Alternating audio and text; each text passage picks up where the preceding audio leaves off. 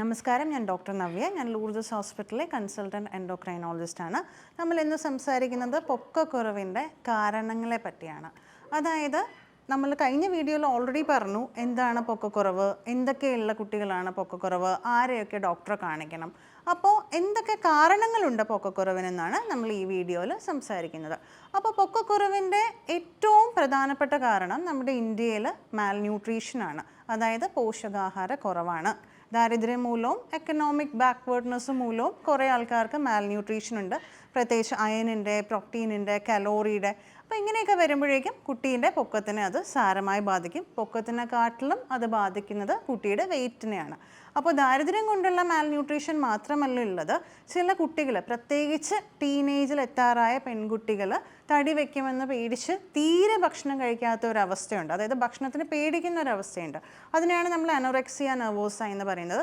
വേറെ ചില കുട്ടികളുടെ ഭക്ഷണം കഴിച്ചു കഴിഞ്ഞാൽ അത് ഫോഴ്സ്ഫുള്ളി ഛർദ്ദിപ്പിക്കും, അതിന് ബുലീമിയ എന്ന് പറയും. അപ്പോൾ ഈ അവസ്ഥയിലുള്ള കുട്ടികൾക്കും അൾട്ടിമേറ്റ്ലി ഉണ്ടാവുന്നത് മാൽന്യൂട്രീഷനും പൊക്കക്കുറവും വെയിറ്റ് കുറവും ഒക്കെയാണ്. അപ്പോൾ നമ്മൾ പറഞ്ഞു ഏറ്റവും പ്രധാനപ്പെട്ട കാരണം മാൽന്യൂട്രീഷൻ ആണെന്ന്. ഇനി അടുത്തത് സൈക്കോസോഷ്യൽ കോസസ്, അതായത് കുട്ടിയുടെ വീട്ടിലൊരു അൺഹാപ്പി അറ്റ്മോസ്ഫിയറാണ്, കുട്ടി നെഗ്ലക്റ്റഡ് ആണെങ്കിൽ കുട്ടിക്ക് പൊക്കം വയ്ക്കില്ല. അപ്പോൾ ഈ ഒരു ഷോർട്ട് സ്റ്റേച്ചർ രണ്ട് തരത്തിലുണ്ട്, ടൈപ്പ് 1 ഉണ്ട്, ടൈപ്പ് 2 ഉണ്ട്. ടൈപ്പ് 1 എന്ന് പറയുകയാണെങ്കിൽ 2 വയസ്സിൽ താഴെയുള്ള കുട്ടികൾക്കായിരിക്കും. അപ്പോൾ കുട്ടി പൂർണ്ണമായിട്ടും നെഗ്ലക്റ്റഡ് ആയിരിക്കും, പാരൻ്റൽ കോൺഫ്ലിക്ട്സ് ഒക്കെ കാരണം. അപ്പോൾ ഇങ്ങനെയുള്ള കുട്ടികളെ നമ്മളൊരു കെയർ ഹോമിലേക്കോ കുറച്ചൊരു ഹാപ്പി അറ്റ്മോസ്ഫിയറിലേക്കോ മാറ്റിക്കഴിഞ്ഞാൽ അവർ പൊക്കം വയ്ക്കുന്നതായിട്ട് കാണാറുണ്ട്. പിന്നെ ഇതിലൊരു ടൈപ്പ് 2 ഉണ്ട്, അത് കുറച്ചുകൂടെ പ്രായമുള്ള കുട്ടികളെയാണ് ബാധിക്കുന്നത്. അതായത് കുട്ടി തീരെ നെഗ്ലക്റ്റഡ് ആയിരിക്കും, ടു ദ എക്സ്റ്റെൻറ്റ് കുട്ടി കാനയിൽ നിന്ന് വെള്ളം കുടിക്കും, വേസ്റ്റ് എടുത്ത് കഴിക്കും, അത്രയും നെഗ്ലക്റ്റഡ് ആയിരിക്കും. അങ്ങനെയുള്ള കുട്ടികളെ നമ്മൾ റീഹാബിലിറ്റേഷൻ ചെയ്താലും പൊക്കം വയ്ക്കണമെന്ന് ഇല്ല. അടുത്ത കാരണമാണ് ജനിതക രോഗങ്ങൾ, ക്രോമസോമൽ അബ്നോർമാലിറ്റീസ്. ഇങ്ങനെയുള്ളവർക്ക് പൊക്കം കുറവായിരിക്കും. മറ്റേ ഒരു കാരണമാണ് അണ്ടർലൈങ് അസുഖങ്ങൾ. അപ്പോൾ അണ്ടർലൈങ് അസുഖങ്ങളുടെ ഒരു മാനിഫെസ്റ്റേഷനാണ് പൊക്കക്കുറവ്. അപ്പോൾ പല പല അസുഖങ്ങളുള്ള കുട്ടികളുണ്ടാവും. ലിവറിന് അസുഖമുള്ള കുട്ടികൾ, ഹാർട്ടിന് അസുഖമുള്ള കുട്ടികൾ, കിഡ്നിക്ക് അസുഖമുള്ള കുട്ടികൾ, അൺകൺട്രോൾഡ് ആയിട്ടുള്ള ഡയബറ്റിസ് ഉള്ള കുട്ടികൾ, ഭയങ്കരമായിട്ടും രക്തക്കുറവുള്ള കുട്ടികൾ, ഫോർ എക്സാമ്പിൾ തലസീമിയ, അരിവാൾ രോഗം എന്ന് പറയുന്ന പല പല അനീമിയാസ് ഉണ്ട്. അങ്ങനെയുള്ള കുട്ടികൾക്കും ക്രോണിക് ആയിട്ടുള്ള പൊക്കക്കുറവുണ്ടാവും. പിന്നെ വാതസംബന്ധമായ രോഗങ്ങളുള്ള കുട്ടികൾ, ഇവർക്കും പൊക്കക്കുറവുണ്ടാവും. പിന്നെ ദഹനത്തിന് എഫക്റ്റ് ചെയ്യുന്ന രോഗങ്ങളുള്ള കുട്ടികൾ, for example inflammatory bowel disease എന്നൊരു അസുഖമുണ്ട്. അത് നമ്മുടെ ചെറുകുടലിനെയും വൻകുടലിനെയും ബാധിക്കുന്ന ഇൻഫ്ലമേഷനാണ്.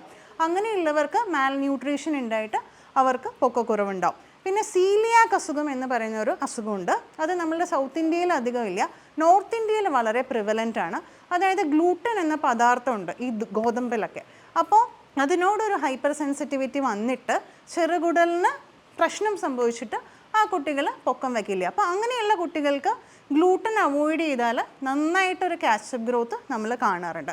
അപ്പോൾ ദഹന അസുഖങ്ങളുള്ള കുട്ടികൾക്കും ഈ ഒരു പ്രശ്നം വരാറുണ്ട്.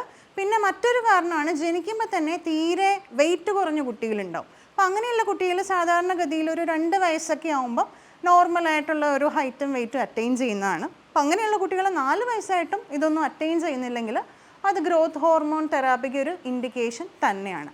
പിന്നെ ഏറ്റവും അവസാനം വരുന്ന കോസാണ് ഹോർമോണൽ കോസസ്. അപ്പോൾ ഹോർമോണൽ കോസസ് ആണെങ്കിൽ നമ്മൾ വെയ്റ്റിനെക്കാട്ടിലും എഫക്റ്റ് ചെയ്യുന്നത് ഹൈറ്റിനെയാണ്. അപ്പോൾ അങ്ങനെയുള്ള കുട്ടികൾക്ക് വെയിറ്റ് അധികം എഫക്റ്റഡ് ആയിരിക്കില്ല, ഹൈറ്റ് ആയിരിക്കും കൂടുതൽ എഫക്റ്റഡ് ആയിട്ടുള്ളത്.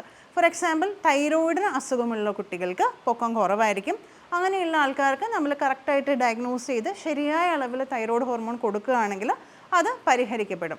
അടുത്തതാണ് ഗ്രോത്ത് ഹോർമോൺ. ഗ്രോത്ത് ഹോർമോൺ നമ്മളുടെ മാസ്റ്റർ ഗ്രന്ഥിയായ പിറ്റ്യൂട്ടറി, അത് തലച്ചോറിലാണ് ഇരിക്കുന്നത്, അവിടെ നിന്നാണ് വരുന്നത്. അപ്പോൾ ഗ്രോത്ത് ഹോർമോണിൻ്റെ ഡെഫിഷ്യൻസി ഉള്ള കുട്ടികൾക്കും പൊക്കക്കുറവുണ്ട്. അപ്പോൾ ഗ്രോത്ത് ഹോർമോണിൻ്റെ ഡെഫിഷ്യൻസി നമ്മളുടെ പിറ്റ്യൂട്ടറി ഗ്രന്ഥിയുടെ എന്തെങ്കിലും ജനിതകമായ പ്രശ്നങ്ങൾ മൂലം ഉണ്ടാവാം, അല്ലെങ്കിൽ അക്വയർഡ് കോസസ്, അതായത് എന്തെങ്കിലും ട്യൂമർ, അല്ലെങ്കിൽ എന്തെങ്കിലും ഡെപ്പോസിറ്റ്സ്, അല്ലെങ്കിൽ അതിൻ്റെ എന്തെങ്കിലും ബ്ലഡ് ഫ്ലോ കുറവ്, അങ്ങനെയും ഉണ്ടാവാം. അപ്പോൾ അതൊക്കെ നമ്മൾ അസസ് ചെയ്തിട്ടാണ് നമ്മൾ അതിനുള്ള ട്രീറ്റ്മെൻറ്റ് ചെയ്യുന്നത്. പിന്നെ മറ്റൊരു ഹോർമോണൽ അസുഖമാണ് കുഷിങ്, സ്യൂഡോ ഹൈപ്പോപാരതൈറോയിഡിസം. ഇതൊക്കെ വളരെ റെയറാണ്.